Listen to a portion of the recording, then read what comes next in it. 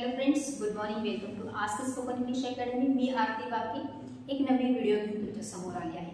आज आपण 14 कडीमधला पुढचा स्वर बघणार आहे. स्पेलिंग कसं करू शकतो त्याच्यासाठी मात्रासाठी आपण ए हे स्वर घेतो. उच्चार ए आहे, पण at the time of making spelling we use E vowel. E हा स्वर आपल्याला तिथे घ्यायचा आहे. जेव्हा जेव्हा मराठीमध्ये तुम्हाला एखाद्या अक्षरावर शब्दावर अशी रेष दिसेल म्हणजेच एक मात्रा दिसेल, त्याच्यासाठी आपल्याला ई हे स्वर यूज करायचं आहे. पहिल्यांदा आपण जे स्पेलिंग कसे होतात मराठीमध्ये नावांची, गावांची, आडनावांची ते बघूया आणि त्याच्यानंतर इंग्लिशमध्ये कोणते शब्द आहेत जिथं आपण ई चा उच्चार ए या अर्थाने घेणार आहे ते बघूया. First will see some examples of names. जसे की रेखा. रेखामध्ये र हे कॉन्सोनंट आहे, त्याच्यानंतर ए हे काय आहे स्वर यूज केलेला आहे र साठी. ख ला आपण काना यूज केलेला आहे, म्हणजेच र साठी आर, मात्रा आहे एक म्हणून ई घेतलेला आहे स्वर. ख साठी के एच आणि काना आहे म्हणून ए. आता हा रे जर हा मात्रा नसला असता तर रखा असं झाला असता, म्हणजे त्याचा उच्चार प्रॉपर झाला नसता. प्रॉपरली नाव, आडनाव किंवा जे काही गावाची नाव आहेत किंवा इंग्लिशमध्ये वर्ड्स आहेत जिथं ए हा उच्चार येणं गरजेचं आहे तिथं प्रत्येक ठिकाणी आपल्याला ई हा स्वर घ्यायचा आहे. For example Neha. नेहामध्ये न हे कॉन्सोनंट आहे, त्याच्यासोबत ए हे स्वर घेतलेला आहे. ह अगेन कॉन्सोनंट घेतला आणि ह ला काना वापरलेला आहे. So NEHA. अगेन स्पेलिंग करत असताना कंपल्सरी कॉन्सोनंट आणि वोवलचं कॉम्बिनेशन आहे का बघणं गरजेचं आहे. याच्यामध्ये कॉन्सोनंट न आहे आणि वोवल ए वापरलेला आहे. कॉन्सोनंट ह वापरले त्याच्यासोबत वोवल आ वापरलेला आहे. प्रत्येक वेळेस ही जी मात्रा आहे प्रत्येक एका अक्षरामध्ये येणार नाही. कॉम्बिनेशन ऑफ डिफरंट कॉन्सोनंट आणि वोवल मिळूनच शब्द तयार होणार आहे. नेक्स्ट बघूया रेहान. रेहान कसं झालेलं आहे, अगेन र ला मात्रा आलेला आहे, ह ला काना आहे आणि शेवटी न. REHAN. केशव. केशव कसं झालेलं आहे, क ला मात्रा लागलेला आहे, श पूर्ण आहे आणि शेवटी व आहे. शेवटचा अक्षर पूर्ण असेल तर आपण ए वापरत नाही, आपण पहिल्या स्वराच्या वेळेस बघितलेलं आहे KESHAV. वेदा. व ला मात्रा आहे आणि परत द ला काना. So VEDA Veda.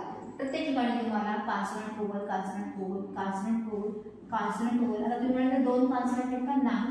श साठी आपण SH हे दोन्ही मिळूनच वापरतो, मग तो एकच कॉन्सोनंट झाला आणि मग नंतर व्ही आलेला आहे. परत शेवटी सी आलेला आहे. शेवटी काहीच काना मात्रा गेला की उकारानुस्वार नसल्यामुळे जसंच्या तसंच त्याचा वापर केलेला आहे.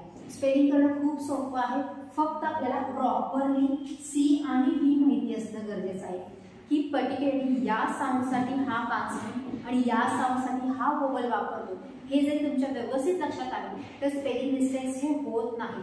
स्पेलिंग मिस्टेक होण्याचे कारणच हे आहे की आपल्याला प्रॉपरली सी आणि व्ही माहीत नाही किंवा तो प्लेस कसा करायचा, पहिल्यांदा हा घ्यायचा नंतर हा घ्यायचा, हे जर माहिती नसेल तरच आपले स्पेलिंग मिस्टेक्स होतात.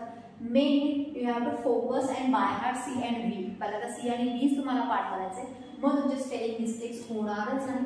काही शब्द मी तुम्हाला देते मराठीमध्ये ज्याची तुम्ही प्रॅक्टिस करू शकता आणि नंतर आपण बघूया की इंग्लिशमध्ये कोणकोणते शब्द आहेत.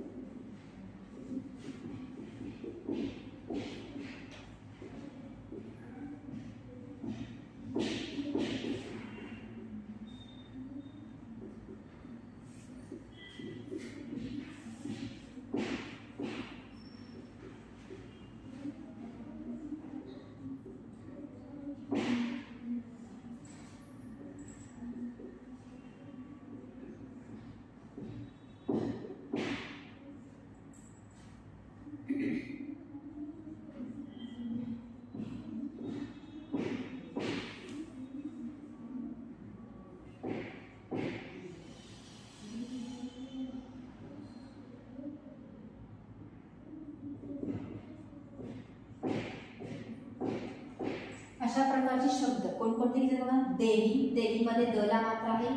केदार. केदारमध्ये क ला मात्रा आहे. खेडेगावमध्ये ख आणि ड दोन्हीला मात्रा घेतलेली आहे. देऊळमध्ये द ला मात्रा आहे. रेखामध्ये र ला मात्रा आहे. बेरीजमध्ये ब ला मात्रा आहे. जेवण, नेमका, मेनका, पेरू, मेवाड, डेरा, पेड आणि ढेकूळ अशा प्रकारचे शब्द तुम्हाला पहिल्यांदा मराठीमध्ये लिस्ट करायचे आहे आणि मग तुम्ही त्याची स्पेलिंग करता. स्पेलिंग करत असताना पहिल्यांदा अशा प्रकारे फोड करून करा म्हणजे तुम्हाला लक्षात येईल आणि नंतर मात्र डायरेक्टली स्पेलिंग करायचं आहे. बट स्पेलिंग करत असताना तुम्हाला ते उच्चार करायचा आहे. फॉर एक्झाम्पल डेराचं जर स्पेलिंग करायचं झालं असं मला आता यायला लागलेलं आहे असं वाटत असेल तर डायरेक्टली ड साठी डी, मात्रा आहे म्हणून ई, र साठी आर, काना आहे म्हणून ए असं तुम्ही मनातल्या मनात म्हणायचंच आहे. मगच स्पेलिंग मिस्टेक होणार नाही. जोपर्यंत तुम्हाला वाटतं की माझी सगळे स्पेलिंग व्यवस्थित यायला लागलेले नाहीये तोपर्यंत हे तुम्हाला मनातल्या मनात बोलतच करायचं आणि एकदा तुम्हाला सवय झाली तुमच्या आपोआप स्पेलिंग मिस्टेक्स कमी होणार आहेत आणि न म्हणता तुम्ही स्पेलिंग प्रॉपरली लिहू शकता. So you have to do some practice of such words. तुम्ही याची प्रॅक्टिस करा. आता आपण जर इंग्लिशमध्ये शब्द असतील आणि जिथे उच्चार ई आहे म्हणजेच इनडायरेक्टली मात्रा आहे तर ते कोणकोणते वर्ड्स आहेत त्याची लिस्ट बघू. Now we will see some examples of English word ज्याच्यामध्ये ई हा स्वर आहे आणि उच्चार ए होतो. जसे की पेन, पेन मध्ये ई उच्चार आहे. प्रत्येक ठिकाणी तुम्हाला ई हा दिसणारच आहे. फक्त तुम्हाला लक्ष द्यायचं आहे कॉन्सोनंट सोबतचा उच्चार कसा होतो. Pen, get, net, velvet, bet, cent, gel प्रत्येक ठिकाणी तुम्हाला ए उच्चार ऐकू येत असेल. Men, tell, pet, sentence, bed, cent, ten, every ए पहिल्यांदाच आहे. Every, leg, red, seminar, bell, beck, fed प्रत्येक ठिकाणी तुम्हाला ए हा उच्चार येत आहे ऐकू. Sell, pencil, bell, set, well, bed, head, let, sell, wet, melt, smell, egg, wet, bend, when, best, tent, rest, test, best, pepper म्हणा PAPER आहे की madam spelling no. This is a मिरची पावडरसाठी पेपर वापरलं जातं. इथं आपण ईचा उच्चार घेतलेला आहे. पेपर या अर्थाने. Zest, help, letter, step, petrol आणि एंड.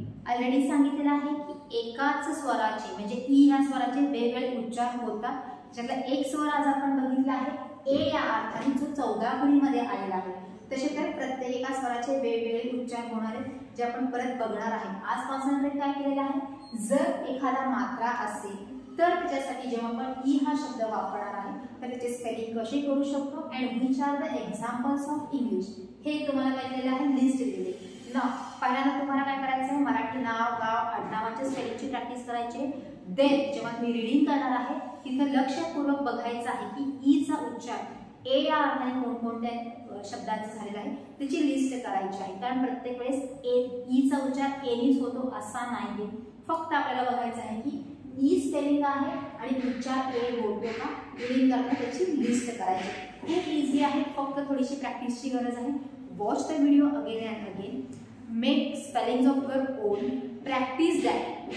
मगच तुम्हाला रिझल्ट मिळणार आहे.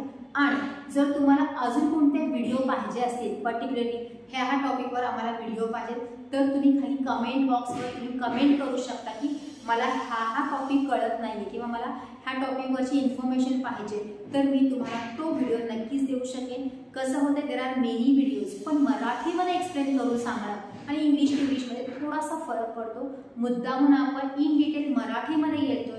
एकदा तुमचा बेस पक्का झाला की तुमचं रीडिंग आणि रायटिंग सोपं जाणार आहे आणि एकदा रीडिंग आणि रायटिंग तुमचं सोपं व्हायला लागलं की ऑफकोर्स स्पीकिंग हे सोपं होतंच. त्यामुळेच आपण पहिले सगळे टॉपिक इन डिटेलमध्ये मराठीमध्ये घेतोय जेणेकरून तुम्ही त्याच्यामध्ये परफेक्ट व्हायला पाहिजे. Thanks for today. बाय.